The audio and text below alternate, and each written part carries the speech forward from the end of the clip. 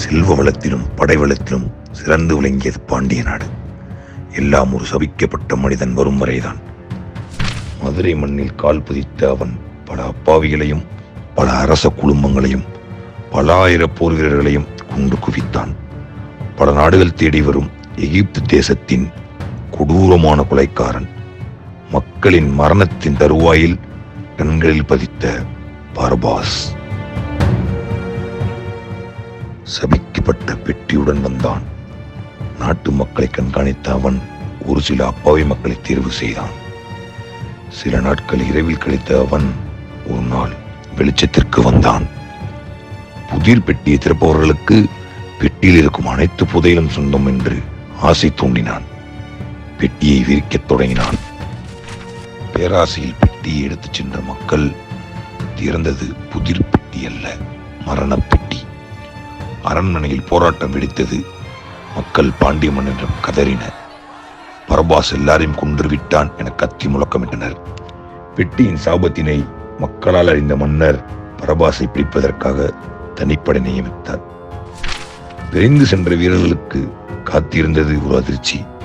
பர்பாஸ் அல்ல, அப்பாவி மக்களின் சாம்பல் மேடைகளை கண்ட மன்னர் கோபத்தின் உச்சத்தை அடைந்தார். பெட்டியின் சாபத்திற்கு அரசவையிலிருந்து ஒருவர் பலியானது அரசுக்கு தெரிய வந்தது. விரைந்து சென்ற மன்னர் கடும் கோபத்துடன் பர்பாஸை தேடி சென்றார்.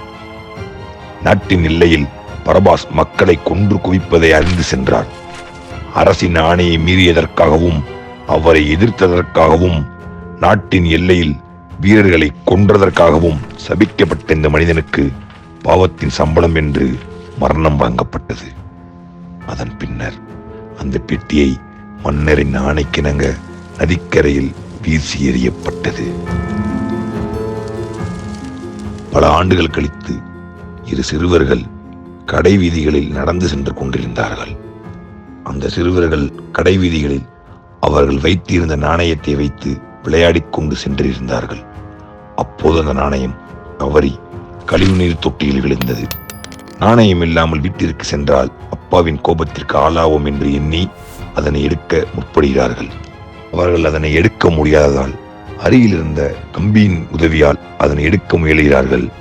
நாணயத்தை எடுக்க முற்படும் போது அவர்கள் கண்ணில் ஏதோ ஒரு வித்தியாசமான பொருள் ஒன்று தென்பட்டது. அதனை அதிர்ச்சியாக பார்த்த சிறுவர்கள் அதனை வெளியில் எடுத்தனர். உடனே யார் கண்ணிலும் தென்படாமல் அதனை ஒரு புதையல் என்று எண்ணி வீட்டிற்கு கொண்டு சென்றனர்.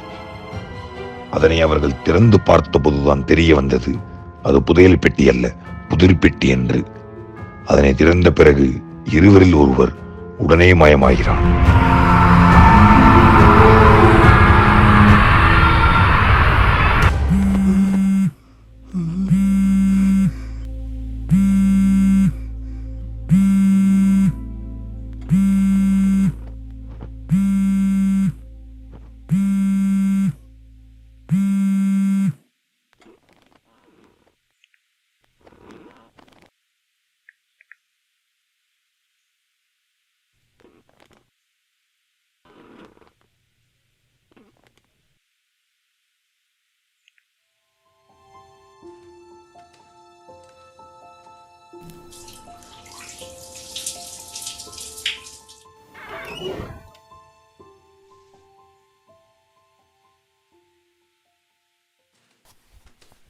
பிரசாந்த், எங்கடா கிளம்பிக்கிட்டு இருக்க?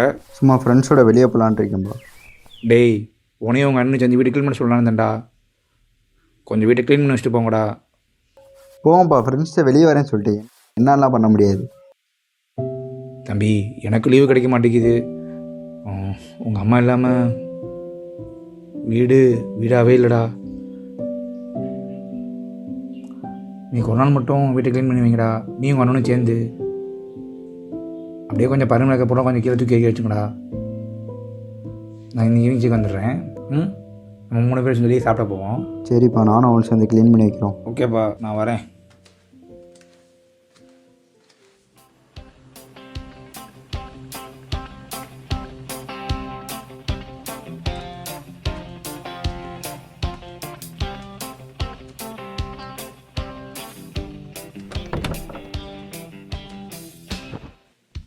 ஏய், இந்திரா சொல்கிறா. வரேன், போ வரேன்.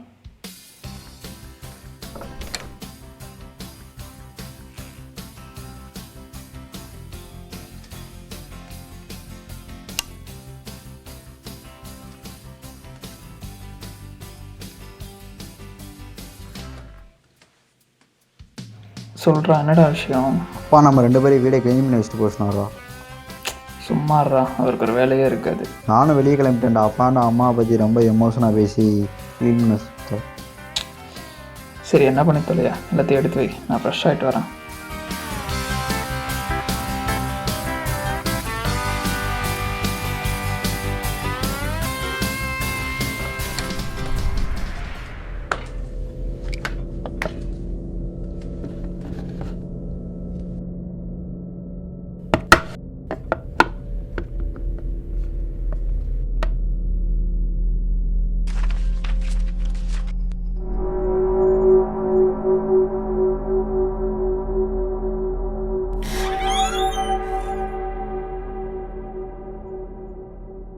என்னடா பார்த்துட்டு இருக்க?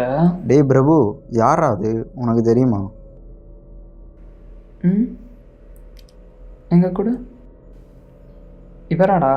இவர் நம்ம அப்பாவோட தம்பின்னு சொல்லி என்கிட்ட சின்ன வயசில் அம்மா சொல்லியிருக்காங்க. சரி, இது இங்கேயா இருந்துச்சு? இன்னும் நிறைய பொருள் இருக்கா என்ன? மேலே ரெடி எல்லாத்தையும். இவரு நமக்கு ஒரு வேலை சித்தப்பா தான்டா. ஒரு பேர் ராஜா. அம்மா சின்ன வயசுல சொன்னப்பா கேட்டது. இப்போ மிஸ்ஸிங் போஸ்ட்ல தான் பார்க்குறேன்.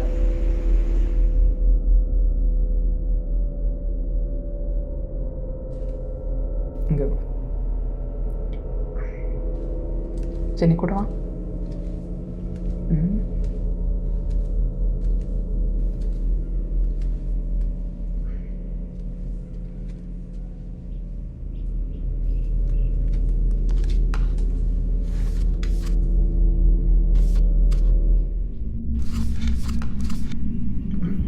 டேய், இது என்னன்னு சொல்லி பார்ப்போமா? வேணாண்டா, பார்க்க வித்தியாசமாக இருக்குது. டேய், எனக்கு தெரிஞ்சு ஏதோ கேம் பாக்ஸ் மாதிரி தான்டா இருக்குது. நம்ம ப்ளே பண்ணி பார்ப்போம் என்னன்னு. வேணாம். டேய், இரு இதில் ஏதோ எழுதிருக்கு. த ரூல்ஸ் ஆஃப் த கேமா?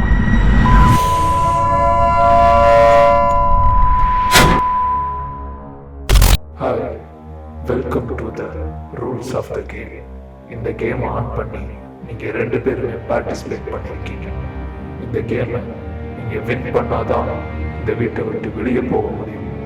அது வரைக்கும் வெளியே உள்ள யாரையுமே நீங்கள் தொடர்பு கொள்ள முடியாது. இந்த வீடு ஃபுல்லாக என்னோட கண்ட்ரோலுக்கு வந்துடும். உங்களுக்கு கேள்விகளும் வந்துடும். சரியா பதில் சொல்லணும். தப்பா பதில் சொன்னா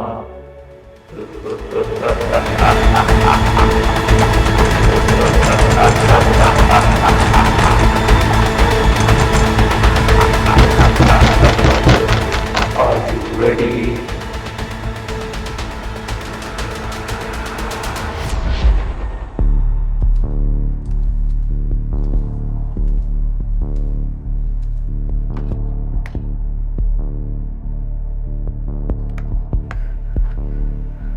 கேம் விளையாடி தான் அனுப்பலடா.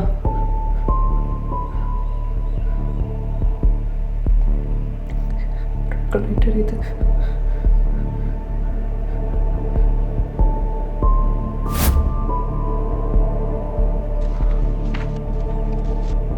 கொஸ்டின்ஸ் எதாவது வந்திருக்குடா. வாட்ஸ் யுவர் பிக்கஸ்ட் ஃபியர்னு போட்டிருக்குடா. கோஸ்ட்.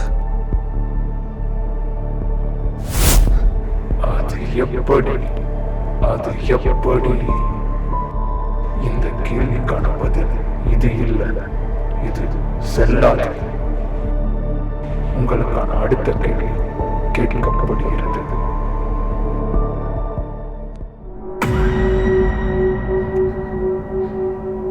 ரெண்டாவது கொஸ்டின் வந்திருக்கு போலடா. விளாட்றியா? கேம் நான் விளையாடி தானடா ஆகணும். Do you like the taste of blood?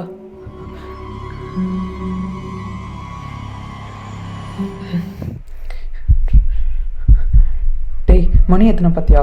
இந்த வீட்டில் என்ன நடக்குது நமக்கே தெரிய மாட்டேதா? ரத்தத்தெல்லாம் டேஸ்ட் பண்ண சொல்லிட்டு இருக்கு. இது நம்மளை உயிரோடு வராதுடா.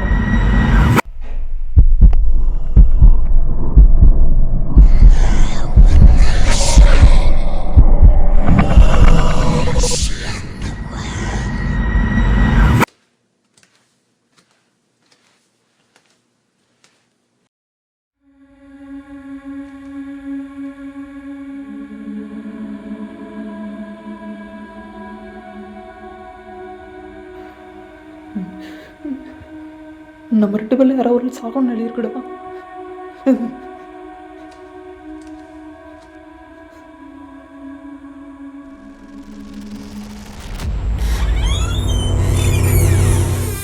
அப்பாடா. டேய் என்னடா ஆச்சு என்னாச்சு? இதான்ப்பா ரூமில் இருந்தது கேம்லாம் எடுத்து கதவெல்லாம் சாத்தி வெளிச்செல்லாம் வந்து. அப்பா அதெல்லாம் இல்லைப்பா. அப்பா அது வெறும் கேம் நினச்சி தான் ஆன் பண்ணேன். ஆனால் இவ்வளோ தூரத்துக்கு வந்துருக்கேன் தெரியலப்பா. அப்பா இங்கே என்னென்ன பூட்டி கதவெல்லாம் பூட்டி எங்கெல்லாம் என்னென்ன பண்ணிச்சு தெரியுமா? அப்பா வாங்கப்பா வந்து பாருங்கப்பா. ஒரு நிமிஷம் என்னடா சொல்றீங்க? அப்பா நீ அங்கே வந்து பாரு என்னன்னு. நீ வா. சரி பதிரா ஒரு நிமிஷம் பாப்பா. நீ வா.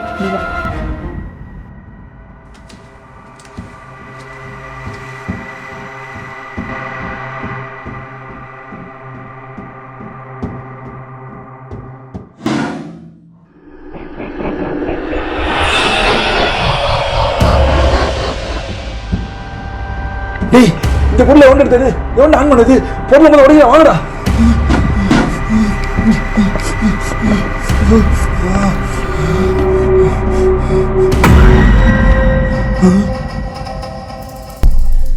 அப்பா கேள்வி கேட்டுச்சுப்பா. ஆன்சர் பண்ணல கூடாதுப்பா. இருப்பேன் நான் எடுக்கிறேன்.